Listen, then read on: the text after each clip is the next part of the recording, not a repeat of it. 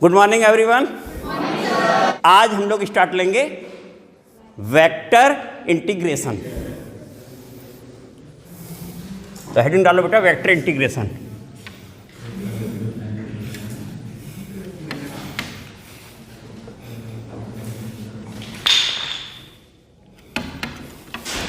Vector integration बेटा,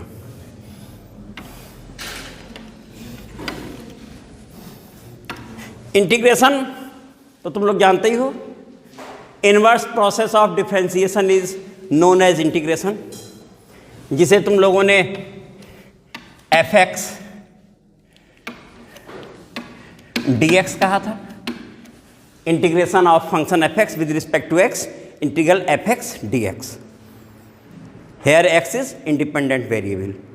तो ये हम लोग किए हुए हैं। ये इंडेफिनिट इंटीग्रल है। इसी में जब हमारी लिमिट आ जाती थी a to b, that means x equal to A to X equal to, तो ये हमारा डेफिनेट इंटीग्रल हो जाता था, जहाँ ये लोअर लिमिट है और ये अपर लिमिट है। Integration of function F X from limit a to is a to b F X D X. और इसमें हम इंटीग्रेट करते थे तो हमें फंक्शन इंटीग्रेट होके कुछ एफ एक्स मिल जाता था। डेफिनेट इंटीग्रेशन में कांस्टेंट का कोई औचित्य नहीं है, जबकि इंडेफिनिट इंटीग्रल में एक कांस्टेंट ऑफ इंटीग्रेशन भी आता था। तो यहाँ हम ए टू बी यानी X equal to A to B करते थे और हमें मिल जाता था finally F B minus F A. ये इंटीग्रेशन तुम लोगों ने किया, और ये हमारा जो भी इंटीग्रेशन है केवल integration of function F x है, और लिमिट कहाँ से कहाँ है, ए टू बी है। अब यहाँ पर हम लोग जो इंटीग्रेशन करेंगे वो लाइन इंटीग्रल होगा। तो लाइन इंटीग्रल के बारे में जानते रहो कि integration of function F X along any curve is known as line integral. तो हमारा जो लाइन इंटीग्रल है वो देखो, ये है F X D x along curve है। तो यहाँ बेटा सी लिख देते हैं। कोई कर्व है, any curve along curve.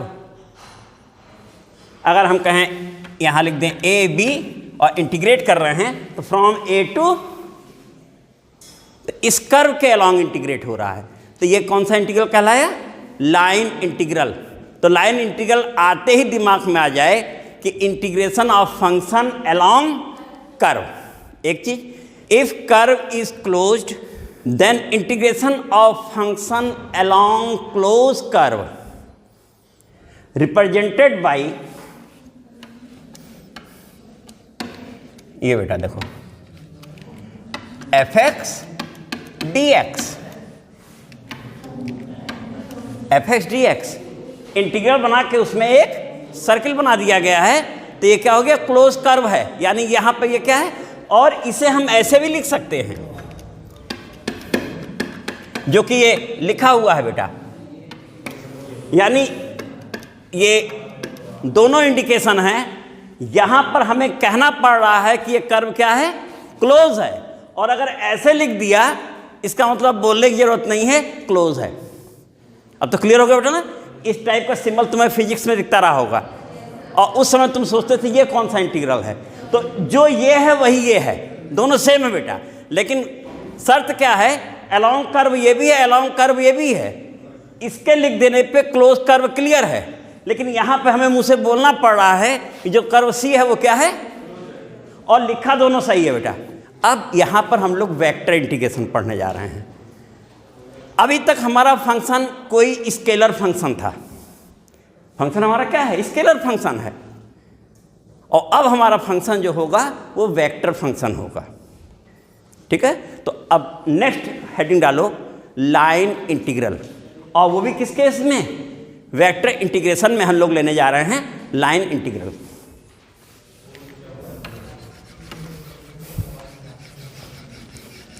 Define हमने कर ही दिया है, तो इसलिए वो बोलने की जरूरत है नहीं। वो तुम पहले से ही जान रहे हो कि जो भी फंक्शन है उसका इंटीग्रल किसके अलोंग होगा, यहाँ कर्व के अलोंग होगा। तो एक चीज तो क्लियर है बेटा, line integral.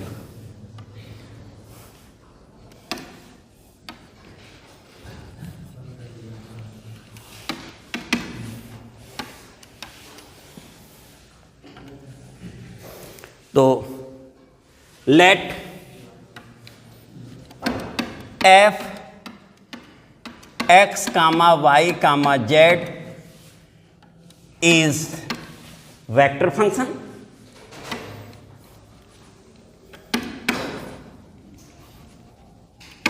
And A B any curve, ठीक है। साइड में फिगर बना देते हैं।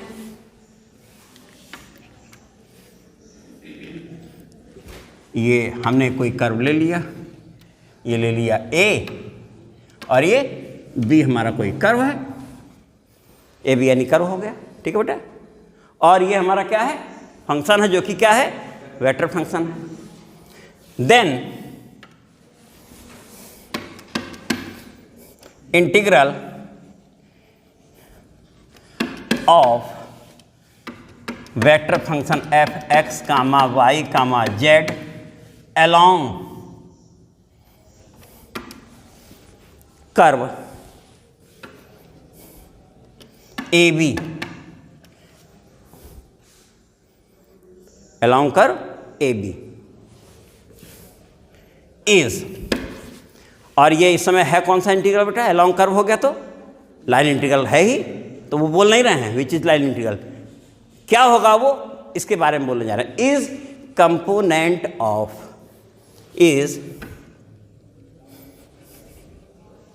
component of function f, function f है along direction of tangent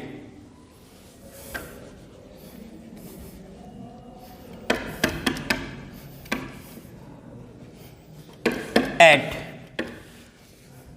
point, चलो P बोल देते हैं, कोई पॉइंट P ले लेते हैं बेटा, एट पॉइंट P, चलो P यहां बोल देते हैं बेटा, ये कोई पॉइंट हमने ले लिया, P बोल दिया। अब यहां पर तुम देखो, ये टेंजेंट की डायरेक्शन जो तुम्हारी हो जाएगी वो ये हो जाएगी बेटा, ये टेंजेंट है ये, तो इसे T बोल देते हैं, टेंजेंट, टेंजेंट हो गया। और फंक्शन बोल देते हैं, होगा फंक्शन f हमारा ये है, सरफेस पे ही तो है, उस कर्व पर है वो। अब कंपोनेंट के बारे में तुमने पढ़ रखा है, कंपोनेंट कहते ही f dot unit vector of tangent, f dot unit vector of tangent बोलेंगे ना बेटा। चलो तो इसे बेटा हम इस प्लेस पे आ रहे हैं, अब कितना नोट हो गया होगा, इक्वल टू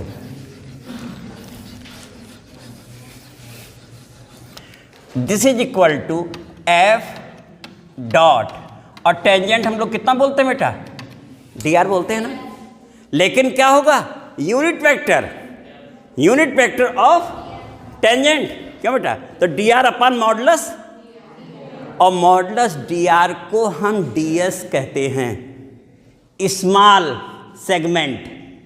जो हमारा कार्ड था, याद आ रहा होगा, जब हम लोग यहाँ P और Q लेके कट किए थे, और जब Q P पे टेंड कर रहा था तो ये टेंजेंट बन जा रहा था, उस समय कार्ड की लेंथ कितनी थी, डेल्टा आर थी, याद आ रहा होगा। और डेल्टा आर का अगर अब मॉडुलस लें तो वो डेल्टा ऐसी तो होगा, डेल्टा आर वेक्टर का मॉडुलस क्या होगा, लेंथ ऑफ स्मॉल कार्ड। तो सेंस क्लियर हो गया कि जो मॉडुलस है वही यहाँ क्या है, डी एस है। तो अब तुम देखो बेटा, ये जो डी आर है अपन हमने क्या लिख दिया, ये यूनिट वेक्टर है, D R upon D S which is modulus D R, हो गया बेटा। तो अब ये यूनिट वेक्टर इतना हो गया है, अब इसके आगे चले बेटा।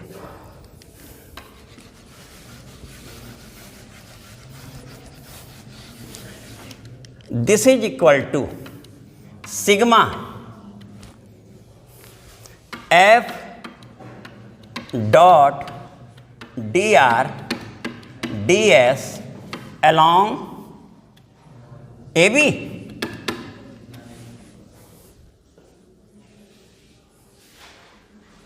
along ए बी है बेटा ना। अब आगे चले,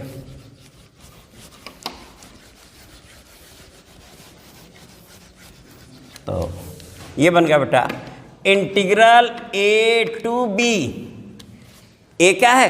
कर्व जो हमारा ए टू बी है ना, देखो कर्व कहाँ से कहाँ है जो यहाँ बोले हैं, तो ए टू बी कर्व पे F dot D R D S D S. Integration की डेफिनेशन जब तुम लेते तो यहां पर तुम क्या बोलते?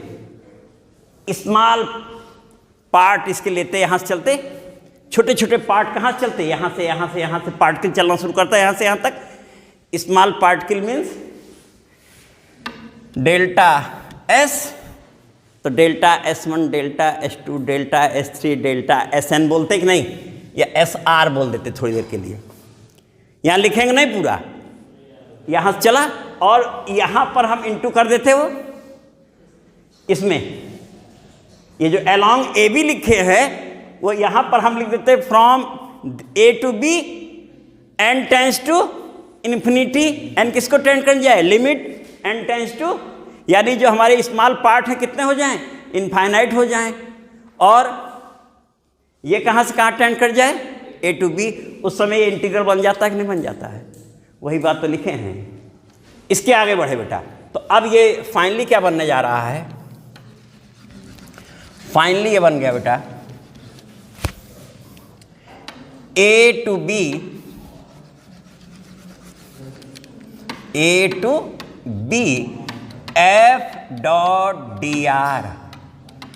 अब तुम्हारा जो integration along curve A B है वो एफ डॉट डी आर, और आर कितना होता है? X i plus Y j plus z k होता है।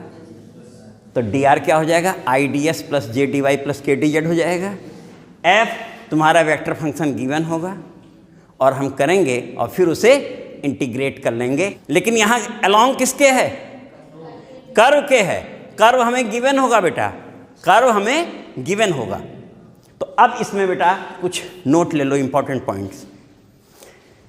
If f is variable force, f जो हमारा था वेक्टर फंक्शन एफ था बेटा ना, वेक्टर फंक्शन जो एफ था is variable force acting upon a particle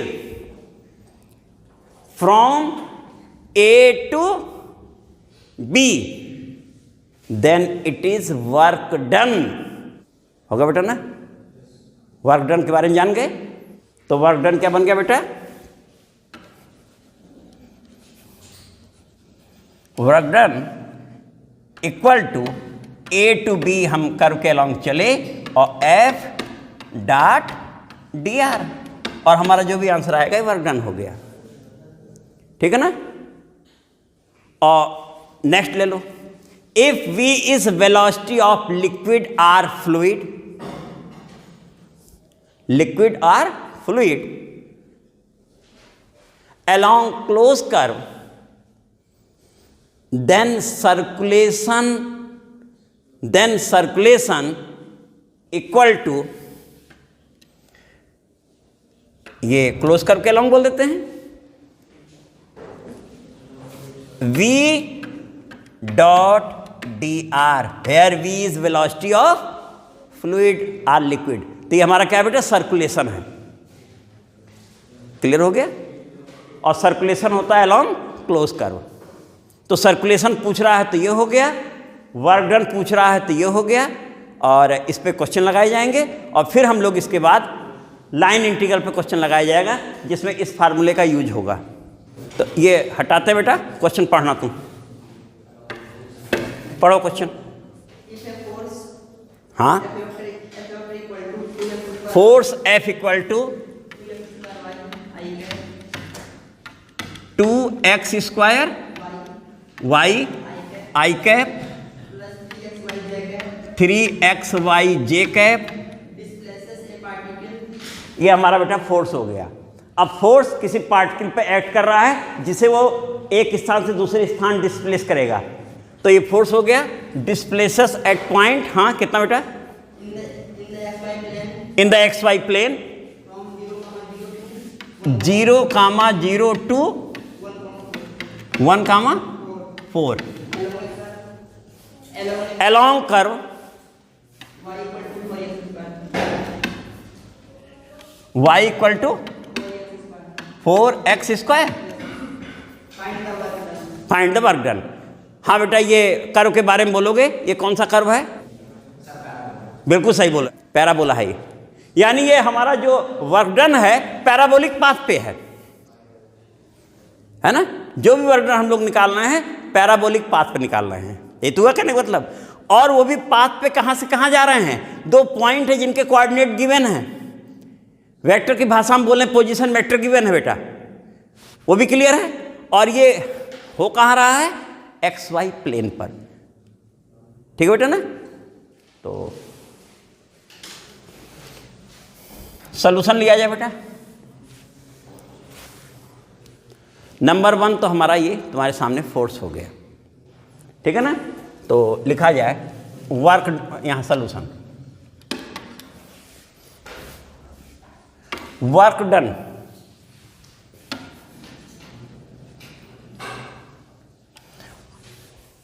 equal to integral along curve. यहां हमारा कर्व क्या है? y equal to 4x square है। इस समय जो हम c बोल रहे हैं किसके लिए बोल रहे हैं? इसके लिए बोल रहे हैं। और f डॉट डी आर बेटा, यहां तक क्लियर है। अब ये 2 डायमेंशनल स्पेस है, इसका मतलब r हमारा हो जाएगा एक्स आई प्लस वाई जे। यहां z 0 हो जाता है। तो अब यहां से हम लोग आए, दिस इज इक्वल टू, ये तुम्हारा कर्व सी है और f नंबर 1 यहां बोल लेते हैं, यहां फ्रॉम बोल देते हैं, और along curve C y equal to कितना था बेटा? 4x स्क्वायर था क्या? इसको नंबर लो, सॉल्यूशन में ऊपर ही पहले शुरू करते ही इतना लिख जाना, गिवन। हो गया बेटा? Given this from this along this work done. बन गई लैंग्वेज बेटा ना। अब अभी हम सी ए ही वाला सी लिख रहे हैं, देखो F 2x square Y I cap plus 3x Y J cap, और डी आर हमारा हो जाएगा बेटा dot I D X plus J D Y, since R equal to X I cap plus Y J cap. तो D R अपने आप कितना हो गया बेटा? ठीक है, कोट कर दिया यहां। अब डॉट प्रोडक्ट बेटा, देखो डॉट प्रोडक्ट आ गया ना। जैसे डॉट प्रोडक्ट करेंगे आई डॉट आई वाला आएगा और जे डॉट जे बाकी 0 हो जाएंगे।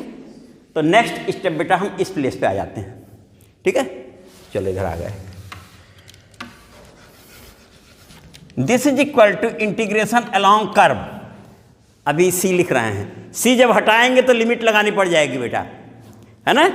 सी हटाते ही हमें लिमिट लेनी हो जाएगी। तो अलोंग कर्व, और ये बन गया बेटा 2, हाँ 2x square Y D X plus 3x Y D Y. बेटा इतना सभी लोग सहमत हैं इतने से ना? ये हो गया। अब इंटीग्रल करना है, या तो सभी x में रहे होते या सभी, तभी हम इंटीग्रेट कर पाएंगे। तो अब देखो बेटा इसके आगे कर्व का महत्व अब आया। यहां पर जो हमारा कर्व है,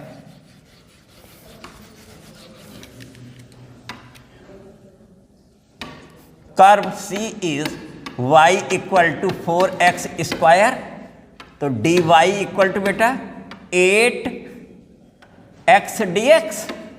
क्यों बेटा? देखो यही होगा ना बेटा। y equal to 4x square जब है तो उस समय dy हमारा इतना है। अब इसे भी हम लोग रखने जा रहे हैं।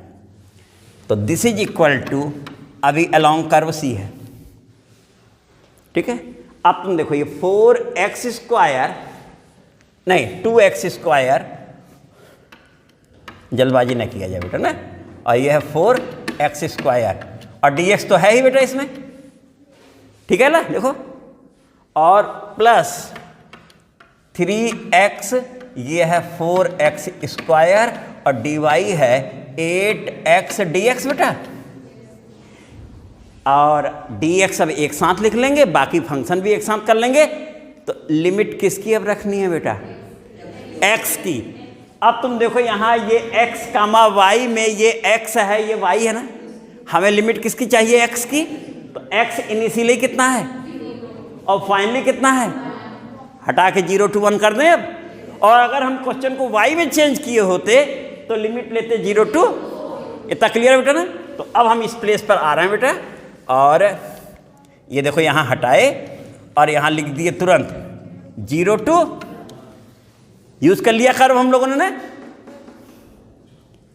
तो एक बार ढंग से लिख लिया जाए, फिर इंटीग्रेट कर दिया जाए। तो यहाँ से आए बेटा this is equal to 0 to 1 8x⁴, 8x⁴ हो गया बेटा ये, और प्लस हाँ 96x⁴, ये भी x⁴ हो रहा है। तो क्यों ना दोनों को जोड़ ले बेटा, कितना हो जा रहा है? चलो हाँ, तुम लोग जोड़ लिए हो, हम डायरेक्ट लिख देते हैं 104x⁴ dx हो रहा क्या बेटा? सिंपल इंटीग्रेशन है। अगले स्टेप में इंटीग्रेट करके हम लोग वैल्यू देखते हैं। दिस इज इक्वल टू 104 बाहर हो गया, x⁵/5 0 to 1, that means 104/5 unit. ये बेटा जरूर लिखा जाएगा क्योंकि वर्क डन है।